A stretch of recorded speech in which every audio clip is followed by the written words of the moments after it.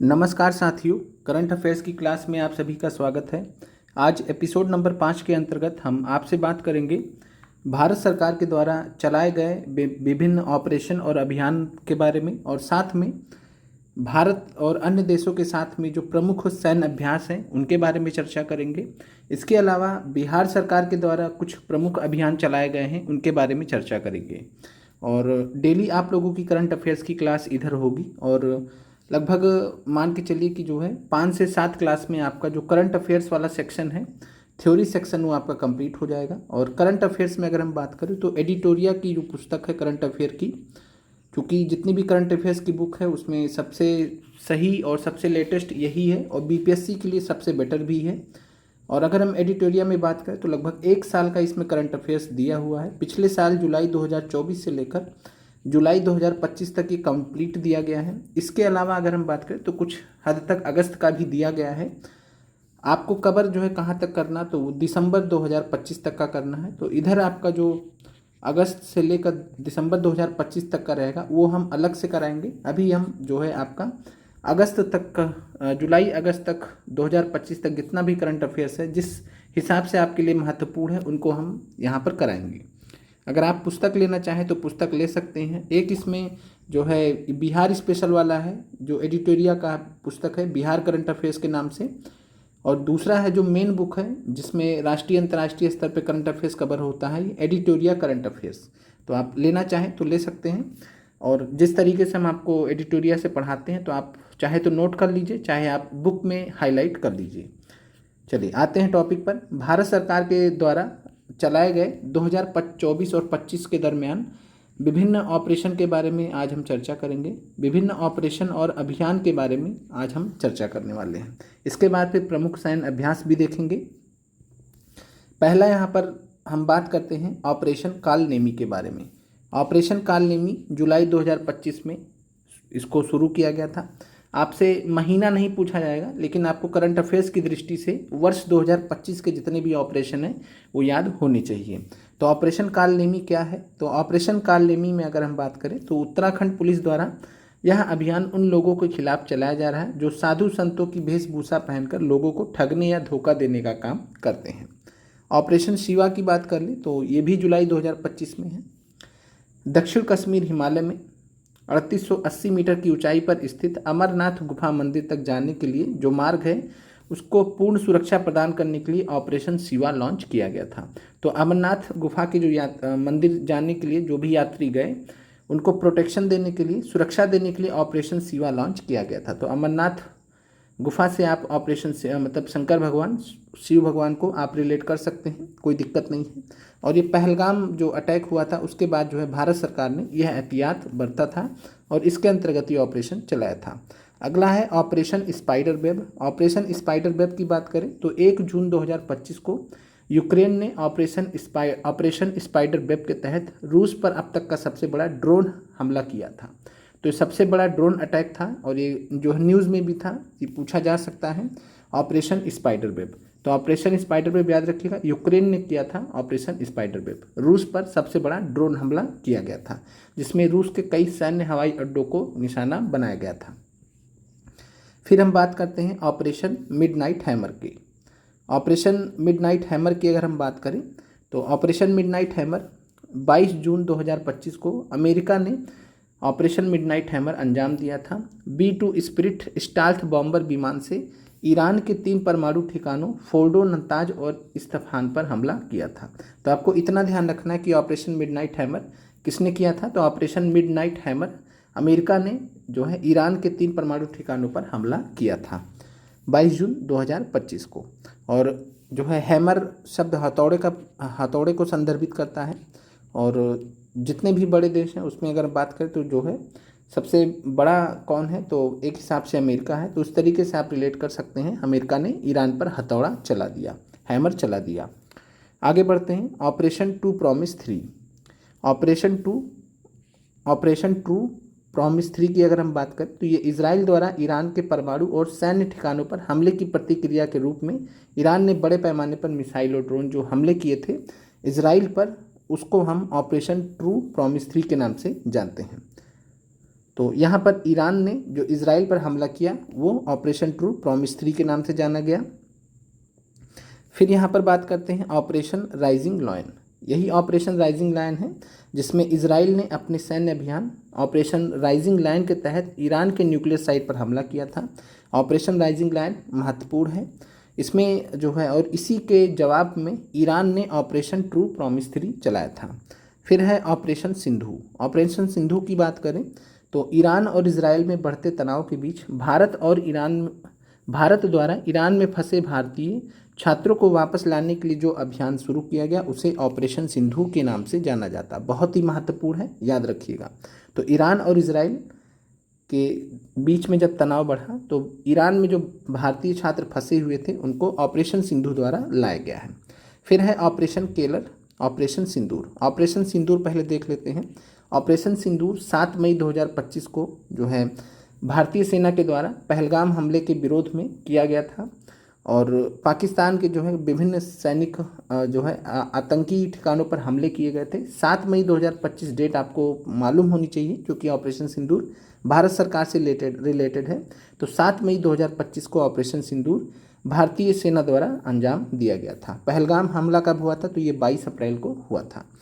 और फिर ऑपरेशन सिंदूर के बाद अगर हम बात करें तो जो है ऑपरेशन केलर को भी जो है भारतीय सेना द्वारा अंजाम दिया गया था। ऑपरेशन केलर क्या है तो ऑपरेशन केलर जो है ऑपरेशन सिंदूर के बाद भारतीय सेना द्वारा जम्मू कश्मीर के शोपिया जिले में शुरू किया गया। इस ऑपरेशन का मुख्य उद्देश्य लश्कर ए तैयबा के आतंकवादियों को सर्च करके ख़त्म करके क्षेत्र में शांति स्थापित करना है। तो ऑपरेशन केलर जो है जम्मू कश्मीर वाले क्षेत्र में जो है भारतीय सेना द्वारा किया गया है। चलिए ऑपरेशन शील्ड की बात करें तो ऑपरेशन शील्ड जो है ये एक मॉक ड्रिल अभियान था। आपने जो है न्यूज़ में भी बहुत सुना होगा, कई जगह पर सायरन वगैरह भी बजे थे। तो यही है 31 मई 2025 डेट भी आपको मालूम होना चाहिए कब मॉक ड्रिल का आयोजन किया गया था। तो 31 मई 2025 को भारत सरकार द्वारा ऑपरेशन शील्ड के तहत पाकिस्तानी सीमा से सटे राज्यों में नागरिकों के लिए मॉक ड्रिल का आयोजन किया गया था, जिससे जो भी नागरिक है जैसे कि राजस्थान जो है वाला एरिया है, पंजाब वाला एरिया है, वहाँ पर जो भी नागरिक है उनको जो है इस मॉक ड्रिल के माध्यम से हर एक परिस्थिति आपातकालीन परिस्थिति के लिए तैयार किया जा सके। क्लियर है, आगे बढ़ते हैं। तो यहाँ पर जो ऑपरेशंस हैं operation Kalanemi, operation Shiva, operation spider web बहुत इंपॉर्टेंट है, ऑपरेशन मिडनाइट हैमर बहुत इंपॉर्टेंट है, ऑपरेशन राइजिंग लायन बहुत इंपॉर्टेंट है, ऑपरेशन सिंधु बहुत इंपॉर्टेंट है। फिर ऑपरेशन सिंदूर तो इम्पॉर्टेंट है ही, ऑपरेशन शील्ड भी आपको मालूम होना चाहिए। फिर हम आगे बात करते हैं ऑपरेशन ब्रह्मा के द्वारा। ऑपरेशन ब्रह्मा भी बहुत इंपॉर्टेंट है। ऑपरेशन ब्रह्मा मार्च 2025 में भारत सरकार द्वारा म्यांमार भूकंप पीड़ितों को चिकित्सीय सहायता हेतु चलाया गया था। तो म्यांमार में भूकंप आया था मार्च 2025 में, भारत सरकार ने ऑपरेशन ब्रह्मा चलाया था। फिर अगला है ऑपरेशन डेविल हंट, बीपीएससी द्वारा पूछा जा चुका है एक परीक्षा में, हमने current affairs previous year question में आपसे चर्चा किया है। तो ऑपरेशन डेविल हंट फरवरी 2025 में जो है बांग्लादेश में किया गया है और बांग्लादेश में शेख हसीना के जो हिंसक प्रदर्शन कर रहे समर्थक हैं उनको इस ऑपरेशन के तहत गिरफ्तार कर दिया गया है। ऑपरेशन डेविल हंट और ये किसने लॉन्च किया था तो ये जो है यूनुस, अंतरिम जो सरकार यूनुस के नेतृत्व में, मोहम्मद यूनुस के नेतृत्व में उन्होंने ऑपरेशन डेविल हंट की घोषणा की थी, जिसमें बांग्लादेश में शेख हसीना के जो समर्थक थे जिन्होंने कुछ जो है हिंसक प्रदर्शन वगैरह किया था उनको फिर गिरफ्तार इस संदर्भ में किया गया था। इसके अलावा जो है हमने आपसे ऑपरेशन ब्लैक फॉरेस्ट चर्चा किया था, आपको याद होगा।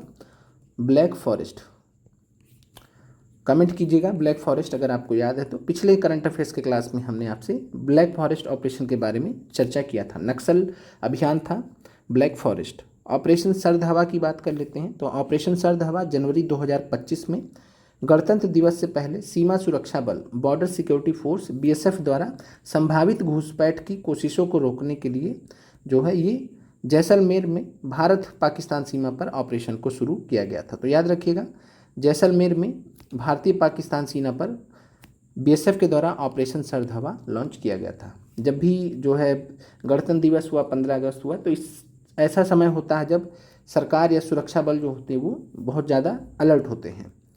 फिर है ऑपरेशन सद्भाव, ये भी आपका महत्वपूर्ण है। भारत सरकार ने टाइफून यागी से प्रभावित म्यांमार, लाओस और वियतनाम की मदद के लिए ऑपरेशन सद्भाव लॉन्च किया था। राहत सामग्री पहुंचाने के लिए भारत ने आईएनएस सतपुड़ा को म्यांमार C-17 सैन्य विमान लाओस और वियतनाम भेजा था। तो याद रखिएगा कौन सा आईएनएस गया था, तो आईएनएस सतपुड़ा गया था। ऑपरेशन सद्भाव में जो है बात करें तो म्यांमार, लाओस और वियतनाम 3 देशों की मदद के लिए ऑपरेशन सद्भाव भारत सरकार ने चलाया था। टाइफून यागी से ये प्रभावित थे उस समय। चलिए, बाकी ये आपको नहीं ध्यान रखना है कि ये बहुत पुराने हो जाते हैं, बहुत चांसेस बहुत कम है। बाकी ये ऊपर अगर हम बात करें तो ये ऑलरेडी बहुत महत्वपूर्ण है। एक प्रश्न बनना है करंट अफेयर्स का, बनना होगा तो इसी से बन जाएगा। ठीक है, चलिए आगे बढ़ते हैं।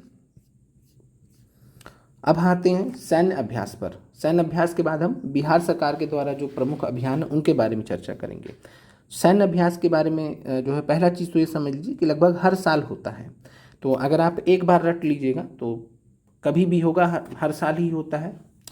अगला संस्करण, उसके बाद अगला संस्करण आपको याद रखने की आवश्यकता नहीं है। बस आपको ये ध्यान रखना कि कौन सा सैन्य अभ्यास किन 2 देशों के बीच में होता है। जो ज़्यादा इंपॉर्टेंट हो हम आपको यहाँ पर बता दे रहे हैं। ठीक है, तो यहाँ पर बात करें और कहाँ पर हुआ है जो है ये भी आपसे पूछ सकता है। ज़्यादातर चांसेस रहते हैं किन 2 देशों के बीच में हुआ ये पूछता है। ज़्यादा भारत और जिन देशों के साथ में होता है वही पूछता है। जैसे पहला है शक्ति अभ्यास 2025, महीना आपसे नहीं पूछेगा कब हुआ है, भारत और फ्रांस के बीच में, और ये फ्रांस में हुआ है। तो शक्ति अभ्यास 2025 भारत और फ्रांस के बीच में फ्रांस में आयोजित किया गया, बहुत ही महत्वपूर्ण है, तो याद इसको रखिएगा। फिर है पास एक्स अभ्यास। पास एक्स अभ्यास की बात करें तो भारत और यूनाइटेड किंगडम के बीच में हुआ है, उत्तरी अरब सागर में। फिर है अगला nomadic elephant 2025। Nomadic elephant Bharat और मंगोलिया के बीच में उलान बटोर मंगोलिया में हुआ है। फिर अगला है टाइगर क्लॉ 2025, इंपॉर्टेंट है। टाइगर क्लॉ की अगर हम बात करें, शक्ति अभ्यास भी बहुत महत्वपूर्ण है, टाइगर क्लॉ भी बहुत महत्वपूर्ण है, भारत और अमेरिका के बीच में। और ये कहाँ पर हुआ, तो बागपत उत्तर प्रदेश में। ये बहुत जो है ध्यान रखने वाली बात है कि उत्तर प्रदेश के बागपत में भारत और अमेरिका के बीच में टाइगर क्लॉ संस्करण आयोजित किया गया है। फिर हम बात कर लेते हैं टाइगर ट्रम्प की। तो टाइगर ट्रम्प जो है इस प्रकार से स्पेलिंग है, टाइगर ट्रियम्फ, ट्रम्प नहीं है, टाइगर ट्रियम्फ है। ट्रियम्फ मतलब जीत होता है, विक्ट्री होता है। तो टाइगर ट्रियम्फ का जो है 4था संस्करण भारत और अमेरिका के बीच में विशाखापत्तनम में आयोजित किया गया है। तो आपको मालूम होना चाहिए लोकेशन भी। तो टाइगर ट्रियम्फ भी बहुत इंपॉर्टेंट है। किसके बीच में हुआ, भारत और अमेरिका। कहाँ पर हुआ, विशाखापट्टनम में। फिर अगला है इंद्र 2025। तो इंद्र अभ्यास किसके बीच में हुआ है, भारत और रूस के बीच में।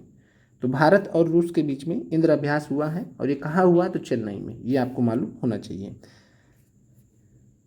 अगले प्रश्न पे चलते हैं, वरुण 2025। वरुण भारत और फ्रांस के बीच में हर साल ही होता है, अरब सागर में हुआ है। तो आपको वरुण याद रखना है। भारत और फ्रांस के बीच में अगर हम बात करें तो भारत और फ्रांस के बीच में हमने वरुण देखा है और शक्ति देखा है। तो शक्ति और वरुण याद रखिएगा।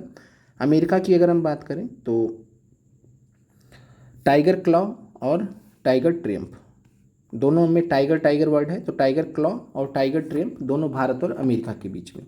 चलिए आगे बढ़ते हैं। फिर इसके अलावा बात करें तो धर्मा गार्जियन पिछले साल बीपीएससी टीआरई 3.0 में पूछा गया था, पीआरटी में। और धर्मा गार्जियन फरवरी मार्च 2025 में उस समय भी आयोजित किया गया था, इसी समय ही। इस साल भी आयोजित किया गया भारत और जापान के बीच में। कहाँ पर आयोजित किया गया, जापान में। तो ये ध्यान रखिएगा, धर्मा गार्जियन चूँकि पूछा है, दोबारा से भी पूछ सकता है, ये आप याद रखिएगा। आगे बढ़ते हैं, ये छूट गया था, ये भी इम्पोर्टेंट है आपका, ठीक है, पूछा गया है लेकिन फिर भी पूछ सकता है। अगला है साइक्लोन 2025, भारत और मिस्र के बीच में राजस्थान में। ये आपसे पूछा जा सकता है किस जगह पर हुआ, तो राजस्थान में। तो साइक्लोन 2025 भारत और मिस्र के बीच में, इंडिया और इजिप्ट के बीच में राजस्थान में आयोजित किया गया। अगला है डेजर्ट नाइट। डेजर्ट नाइट 2024 में जो है दिसंबर 2024 में भारत, फ्रांस और यूएई के बीच में हुआ है। तो जब 3 देश हो तो आपको तीनों देश का नाम याद रखना है, कहाँ हुआ ये सब पूछा जाने की संभावना कम है। तो यहाँ से आप जो केवल देश के नाम याद रखिएगा 2024 वाले, 2025 वाला आपको लोकेशन भी याद रखना है, ठीक है। तो डेजर्ट नाइट 2024 भारत, फ्रांस और यूएई के बीच में। सूर्य किरण 2024 बहुत इंपॉर्टेंट है, भारत और नेपाल के बीच में। सूर्य किरण अभ्यास भारत और नेपाल के बीच में। फिर अगला है सिलिनेक्स 2024। तो यहाँ SL श्रीलंका के लिए इंडिकेट करते हैं। अगर आपने क्रिकेट मैच देखा होगा तो क्रिकेट मैच में लिखा रहता है श्रीलंका 103 पर 1 विकेट।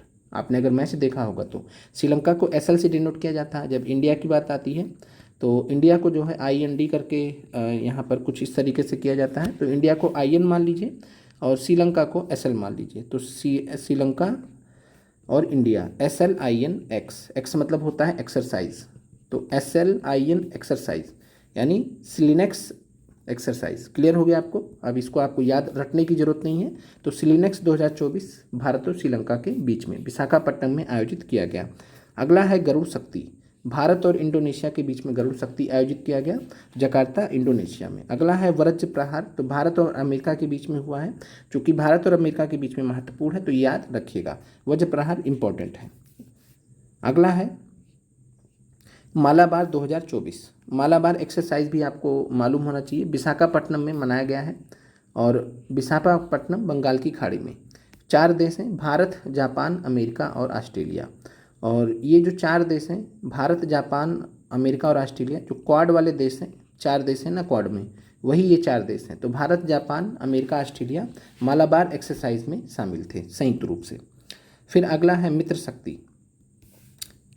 मित्र शक्ति भारत और श्रीलंका के बीच में। मैत्री जब आएगा तो भारत और थाईलैंड के बीच में, थोड़ा सा अंतर है। मैत्री आएगा तो भारत और थाईलैंड, मित्र शक्ति है तो भारत और श्रीलंका के बीच में। आगे बढ़ते हैं। वर्ष 2024 में बिहार में चलाए गए महत्वपूर्ण अभियान। पहला है मतदाता सूची विशेष गहन पुनरीक्षण अभियान। तो मतदाता सूची विशेष गहन पुनरीक्षण अभियान 2025, जिसको SIR भी कहा जाता है। तो SIR याद रखिएगा, ये मतदाता सूची जो है। और यहाँ पर अगर हम बात करें तो SIR का जो फुल फॉर्म है वो आपको मालूम होना चाहिए, special intensive revision. Special intensive revision, विशेष गहन पुनरीक्षण, SIR जिसको बोला जाता है। 2025 में इसको निर्वाचन आयोग के द्वारा लॉन्च किया गया और उद्देश्य क्या है, तो जो भी सभी पात्र नागरिक हैं उनको मतदाता सूची में सम्मिलित किया जाए। और इसके तहत जो अंतिम मतदाता सूची है वो 30 सितंबर 2025 को जारी की जाएगी। इसके बाद जो है बिहार में चुनाव की घोषणा हो जाएगी, जहाँ तक लग रहा है। फिर अगला है, और आगे बढ़ने से पहले आपको एक फैक्ट और भी याद रखना है कि बिहार चुनाव आयोग के द्वारा, बहुत इम्पॉर्टेंट है, बिहार चुनाव आयोग के द्वारा जो है 2 लोगों को, जिसमें से अभिनेता हैं और अभिनेत्री हैं। अभिनेता का नाम है क्रांति प्रकाश झा, क्रांति प्रकाश झा, और अभिनेत्री का नाम है नीतू चंद्रा। तो अभिनेत्री का नाम है नीतू चंद्रा और अभिनेता है क्रांति प्रकाश। और इनको जो है बात करें तो इन दोनों को ही बिहार चुनाव आयोग ने बिहार चुनाव आयोग का आइकन फेस, आइकन चेहरा घोषित किया है। तो आइकन फेस या आइकन चेहरा जो भी आप कहिए, तो बिहार चुनाव आयोग का आइकन फेस किसे घोषित किया गया है? अभिनेता क्रांति प्रकाश झा को और साथ में अभिनेत्री नीतू चंद्रा को। ये 2 नाम आपको याद रखने हैं। फिर बात करते हैं मिशन 60 अभियान का। तो मिशन 60 अभियान भी निर्वाचन आयोग के द्वारा लॉन्च किया गया। इसमें क्या है, प्रत्येक विधानसभा के 60 ऐसे मतदान केंद्र चिन्हित किए गए हैं जहां पिछले लोकसभा और विधानसभा चुनाव में सबसे कम मतदान हुआ है। ऐसे मतदान केंद्र पर बिहार विधानसभा चुनाव में 60% मतदान कराने का लक्ष्य रखा गया। इसी के लिए इसका नाम मिशन 60 अभियान है। चलिए आगे बढ़ते हैं। महिला शक्ति अभियान। तो महिला शक्ति अभियान की बात करें तो इसे बिहार पुलिस के द्वारा लॉन्च किया गया। कब? दुर्गा पूजा पर। तो दुर्गा पूजा पर बिहार पुलिस ने इंटरनेट मीडिया पर महिला शक्ति अभियान की शुरुआत की है, यानी सोशल मीडिया पर शुरू किया है। और इसमें जो है पुलिस की विभिन्न इकाइयों में कार्यरत महिला पुलिसकर्मियों की भागीदारी को शक्ति के रूप में प्रदर्शित किया गया है। आगे बढ़ते हैं। फिर है you are the one and turning 18 अभियान। तो यू आर द वन एवं टर्निंग 18 अभियान किसके द्वारा लॉन्च किया गया? तो पटना जिला प्रशासन के द्वारा। फिर अगला है तैयार हम। है तैयार हम अभियान बिहार पुलिस के द्वारा लॉन्च किया गया है और इसके तहत जो है नए कानून, भारतीय न्याय संहिता, भारतीय नागरिक सुरक्षा संहिता, भारतीय साक्ष्य अधिनियम के बारे में पुलिस अधिकारियों को प्रशिक्षण और आम आदमी को इसके प्रति जागरूक किया जाएगा। तो जो भी मतलब कानून नए बने हैं, पुराने वाले को चेंज करके जो भी नया बनाया गया है उनके बारे में जागरूक करना है, पुलिस अधिकारियों को भी प्रशिक्षण देना है और जनता को भी। तो है तैयार हम अभियान के नाम से। अगला है मिशन दक्ष अभियान। तो मिशन दक्ष अभियान आपको मालूम है के पाठक के समय में ही जो है चलाया गया था शिक्षा विभाग के द्वारा। तो बिहार में चलाए जा रहे मिशन दक्ष अभियान का संबंध पढ़ाई में जो भी बच्चे कमज़ोर हैं उनको विशेष कक्ष प्रदान करना है, पढ़ाई उनको कराना है। कक्षा 3 से 8 तक के छात्रों को यह सुविधा मिलती है। तो याद रखिएगा, मिशन दक्ष अभियान पूछा जा चुका है। चकाचक अभियान की बात करें तो ये पटना नगर निगम के द्वारा बाजारों में गीला और सूखा कचरा अलग अलग करने के प्रति जागरूकता अभियान से रिलेटेड है। तो आज की क्लास यहाँ पर समाप्त होती है। कमेंट कीजिएगा क्लास आज की आपको कैसी लगी। ऐसे ही छोटे छोटे क्लासेस के माध्यम से 5 से 7 क्लासेस में आपका करंट अफेयर्स कंप्लीट हो जाएगा। एक बार करंट अफेयर्स कंप्लीट हो जाएगा तो आपको एक मोटा मोटा आइडिया लग जाएगा, फैमिलियरिटी हो जाएगी। उसके बाद हम आपको जो MCQs हैं वो आपको हम करंट अफेयर से रिलेटेड जो महत्वपूर्ण हैं एडिटोरिया में वो हम आपको कराएंगे। आप लोगों का देखने के लिए धन्यवाद।